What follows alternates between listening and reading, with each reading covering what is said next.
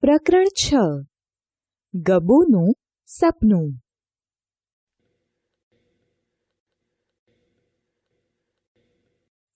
બાળમિત્રો, તમને સૌને વાર્તા સાંભળવી ગમે છે, એટલે તો તમે રાત્રે સૂતા પહેલા દાદા દાદી પાસે વાર્તા સાંભળવાની જીદ કરો છો.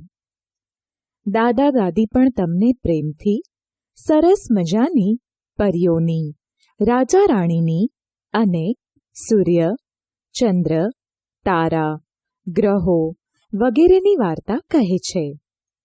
આવી વાર્તાઓને યાદ કરતા કરતા તમે સૂઈ જાઓ છો અને તમારા સપનામાં એ વાર્તાઓના પાત્રો દેખાવા લાગે છે અને ફરી પાછા સપનામાં તે વાર્તાનો આનંદ તમે માણો છો.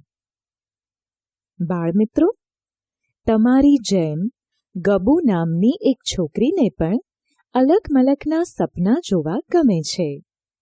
આજે આપણે તેના સપનાની વાત કરવાની છે. તો તમારે સાંભળવી છે ને ગબુના સપનાની વાત? અને હા, ગબુના સપનાની વાત આપણે એક અભિનય ગીત દ્વારા સાંભળીશું અને સાથે સાથે ગાઈશું પણ ખરા.